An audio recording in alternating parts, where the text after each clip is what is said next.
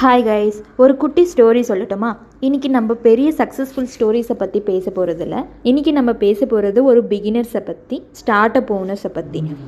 ஒரு நாள் ஒரு சின்ன விதை மண்ணுக்குள்ளே டீப்பாக போகுது. ரொம்ப டார்க், டைட், அன்கம்ஃபர்டபுளாக இருக்குது. அது நினச்சிச்சு, ஏன் நான் இங்கே இருக்கேன், என்னால் எதுவுமே பார்க்க முடியல, நான் ஸ்டக்காக ஃபீல் பண்ணுறேனே.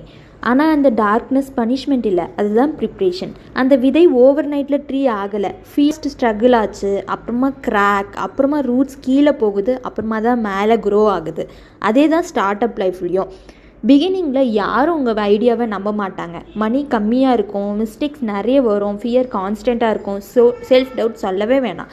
பீப்புள் கேட்பாங்க, இது ஒர்க் ஆகுமா, சேஃபாக நம்ம ஜாபை எடுத்துக்கலாமே.